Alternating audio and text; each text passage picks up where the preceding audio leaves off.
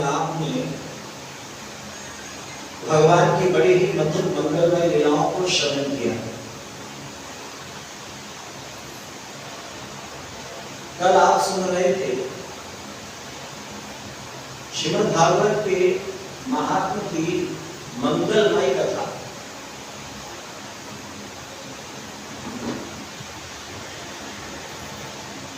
संसार में सबसे कीमती वस्तु है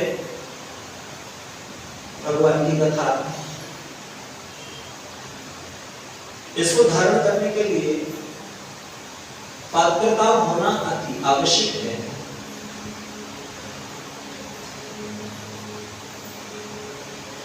जब तक हमारे अंदर पात्रता नहीं आएगी तब तक वो वस्तु उस पात्र में टिक नहीं सकती। जैसे सिंघिनी का दूध, सिंघिनी के दूध की पात्रता है स्वर्ण का पात्र। वैसे तो सिंघिनी को कोई दो ही नहीं सकता, ये केवल प्रकार न किसी भी कारण से आप सिंघिनी के दूध को दोहेंगे, स्वर्ण को छोड़ करके किसी भी धातु का पात्र होगा, बहुत दुर्लभ पत्रा होगा, तो खाक से वो टूट जाएगा।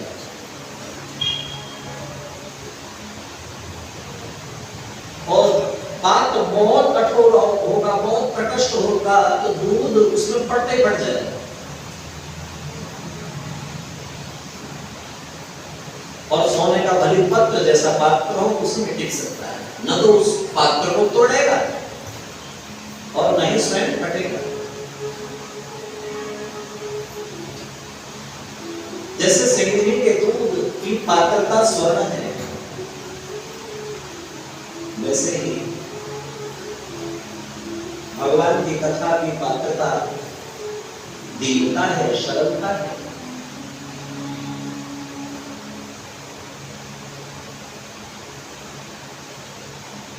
और ये हमारे चित्त में तभी बैठ सकती है जब पहले हम लोग सत्संग करें।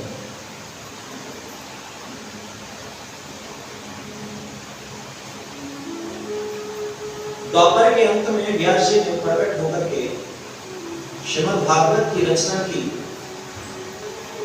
ये कथा कल्प वृक्ष के समान है।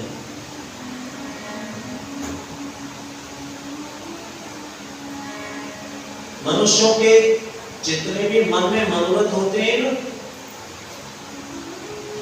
भागवत महारानी की कृपा से वो सब पूर्ण हो जाते हैं।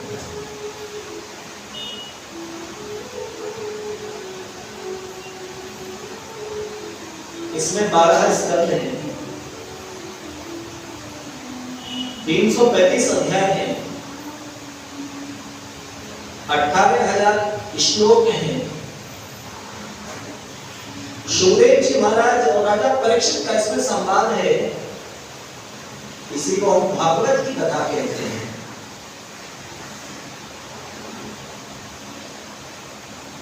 भागवत शब्द में 4 अक्षर हैं,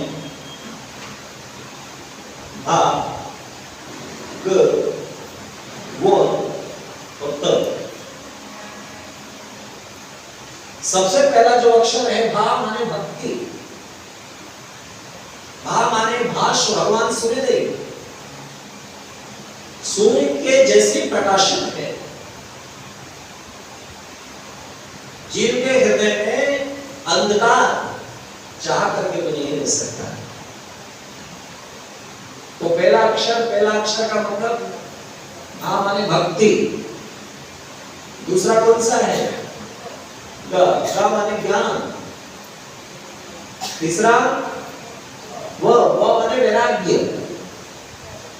और आखिरी अक्षर कौन सा है? त माने ज्ञान। भक्ति, ज्ञान, वैराग्य और त्याग की कथा जिसमें है उसी को हम भागवत की कथा कहते हैं।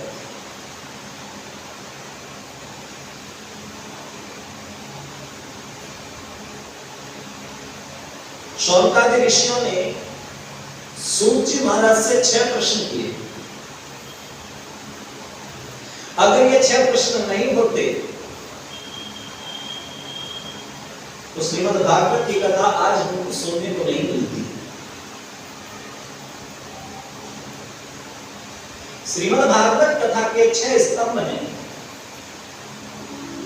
ये स्तंभ नहीं होते तो आज कृष्ण कथा वैष्णव का जो परम लाभ है वो सुनने का सौभाग्य प्राप्त नहीं होता। वो 6 स्तंभ कौन कौन से हैं? पहला प्रश्न, महाराज ये बताइए कि मनुष्यों के लिए श्रेयस्कर साधन क्या है, उत्तम साधन क्या है मनुष्यों के लिए?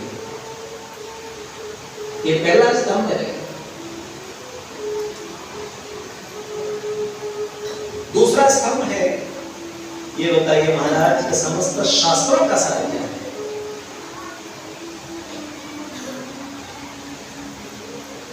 तीसरा है, भगवान देवकी के पुत्र रूप में किसमें अवतरित हुए? चौथा प्रश्न है, भगवान के अरूप चरित्रों का कृपा करके आप हमसे वर्णन करें। पांचवा प्रश्न, भगवान की अवतार संबंधी कथा है, कृपा करके हमें श्रवण कराएं। भगवान जब अपने धाम को चले गए तब निराश्रय धर्म किसकी शरण में गया? धर्मम तम शरणं व्रज, धर्म किसकी शरण में गया? सूत जी महाराज ने प्रश्न सुना और प्रश्न सुनकर के बड़े प्रसन्न चित्त हो गए, मुस्कुरा करके बोले, ऋषियों आपने द्वितीय जो प्रश्न किया है ना कि समस्त शास्त्रों का सार क्या है?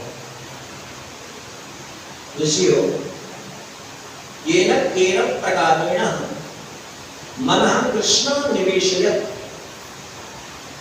जैसे कैसे भी मन को संसार से हटा करके कन्हैया के चरणों में हम संलग्न कर दें, यही शास्त्रों का सार है। हमारा मन संसार से हट करके कन्हैया के चरण में लग जाए, मानो शास्त्रों का सार आपने जान लिया। और आप कितनी भी कथाएं सुनते रहे हैं, जब तक आपका मन कन्हैया के चरणों में नहीं लगा, समझना कि शास्त्रों का सार तक आप अभी तक नहीं पहुंचे हैं। केवल और केवल परिश्रम भी आपको हाथ में होता है।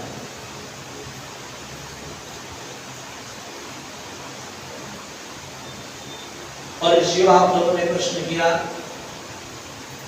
कि भगवान के कितने अवतार होते हैं?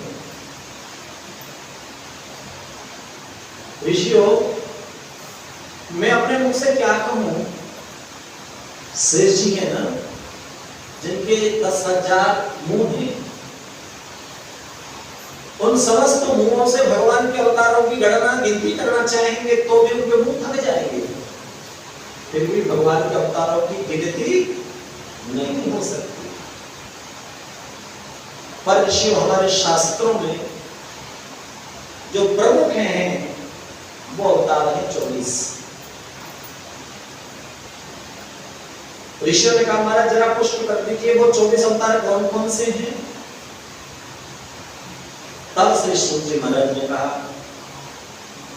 ऋषियों पहला अवतार है सनकादियों का अवतार, दूसरा अवतार है बारह अवतार, तीसरा अवतार है नारद जी महाराज का अवतार, चौथा अवतार है नर नारायण अवतार, पांचवा है कपिल देव भगवान का अवतार, छठवां है दत्तात्रेय जी महाराज का अवतार, आठवां है सातवां है भगवान ये के अवतार, आठवां श्री ऋषभ देव जी महाराज का अवतार है, नौवां है प्रथु जी महाराज का अवतार, 10वां है मत्स्य अवतार, 11वां है कूर्म जी का अवतार, 12वां है धन्वंतरी जी का अवतार, 13वां है मोहन जी का अवतार, 14वां है नरसिंह भगवान का अवतार, 15वां है वामन जी का अवतार, 16वां है फरसा वाले बाबा परशुराम जी महाराज का अवतार, 17वां है श्री वेदव्यास जी महाराज का अवतार, 18वां है राम जी का अवतार, 19वां है बलदेव जी का अवतार और 20वां है रसगुल्ला अवतार। माने कृष्ण अवतार हमारे कन्हैया को ब्रजवासी रसगुल्ला कहते हैं।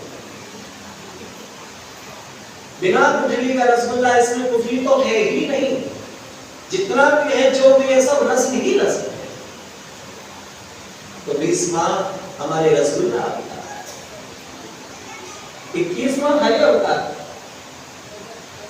22वां हंस जी का अवतार, 23वां बुद्ध जी का अवतार और 24वां कल्कि अवतार। ये 24 अवतार है। ये भगवान के 24 अवतार हुआ करते हैं। समय समय पर प्रकट होकर के जगत की रक्षा हेतु प्रकट होकर के जगत की रक्षा करते हैं। और आगे कहते हैं एते चांस कला पुंसं कृष्णस्तो भगवान स्वयं इंद्रारे व्याकुलो लोकं मृडयन्ति युगे युगे। ऋषियों,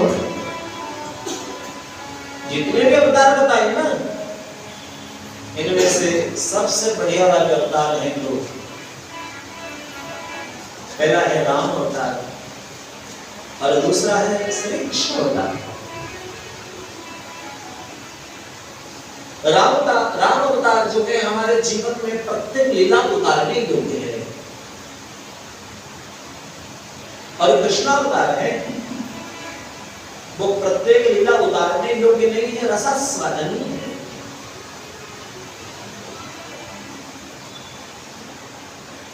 राम जी ने अपने जीवन में जो किया वो हमें करना चाहिए। राम जी एक पत्नी व्रत थे,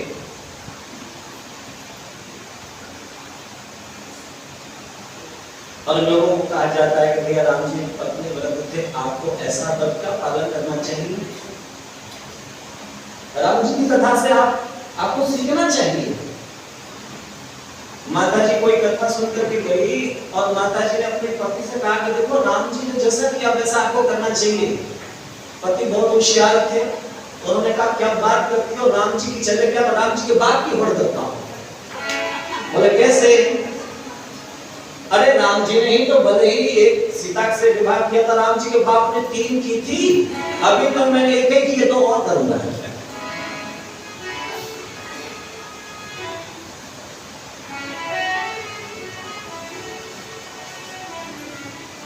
तो कृष्ण अवतार रसास्वादनीय है।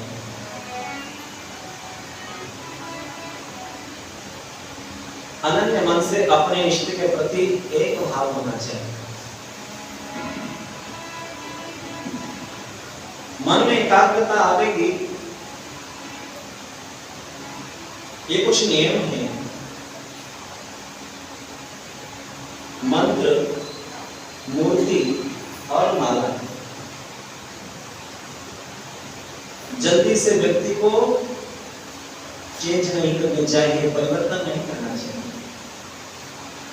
मंत्र, मूर्ति और माला। माला आप जाप करते करते उतनी शुद्ध हो जाती है, इतनी शक्तिशाली हो जाती है। मूर्ति आप जिस प्रभु के प्रति आपका समर्पण भाव होता है, मूर्ति आप मूर्ति को प्रेम करते हैं तो वो मूर्ति भी आपसे प्रेम करने लगती है। जिस भगवान के सामने आप खड़े होकर के आरती करते हो ना भाव से, आप अनुभव करते होंगे। आप हंसते हंसते आरती करते हो तो ऐसी प्रतीति होती है कि मूर्ति भी हमारे हंस रही है। और जिस दिन आपका निराश मन है, खिन्न चित्त है, आपको कोई तकलीफ है, तो ऐसा लगता है आज हमारी मूर्ति भी रो रही है, उदास है।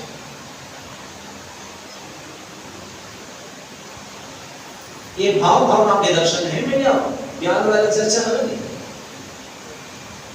आप स्वयं अनुभव करते हैं, स्वयं देखते हैं। मन से आप प्रसन्न होकर के मंदिर में दर्शन करते हो या अपने लालची के दर्शन करते हो, तो आपको परम आनंद की अनुभूति होती है, प्राप्ति होती है। वो आनंद अलग है, अलौकिक आनंद। ऐसा आनंद जगत में कहीं नहीं मिल सकता।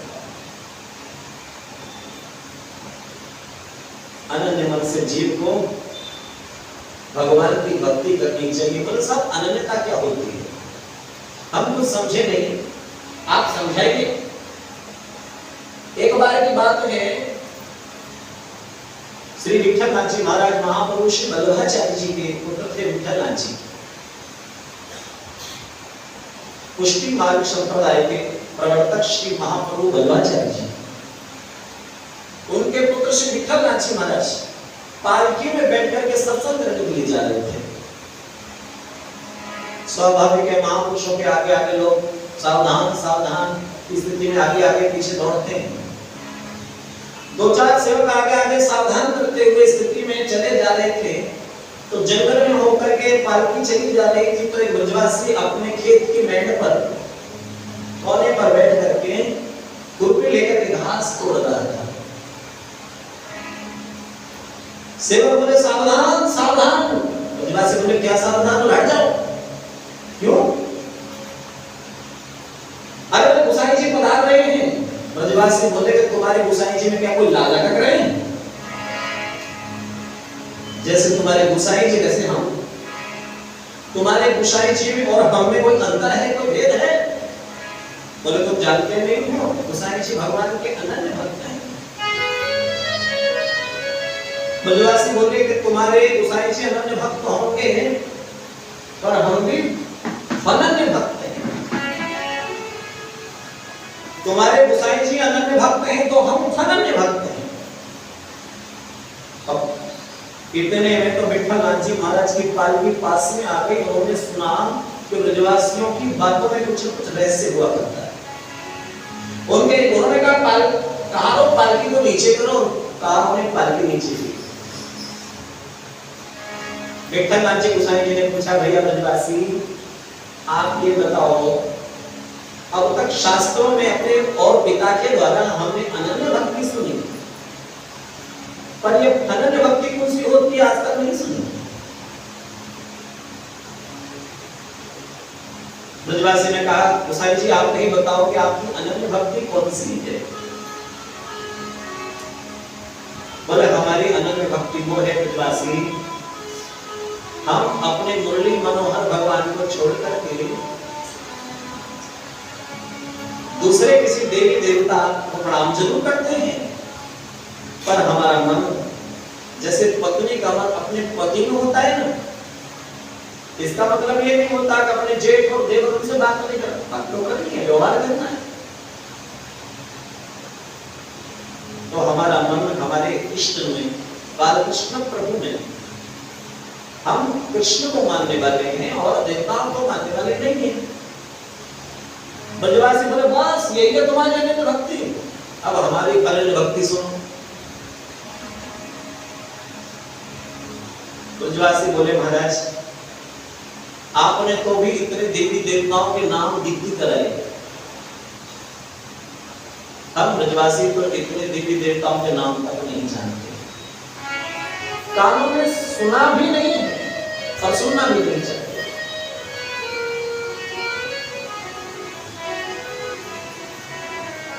और ब्रजवासी ने गाया, हमारो मुरली बारो श्याम, हमारो मुरली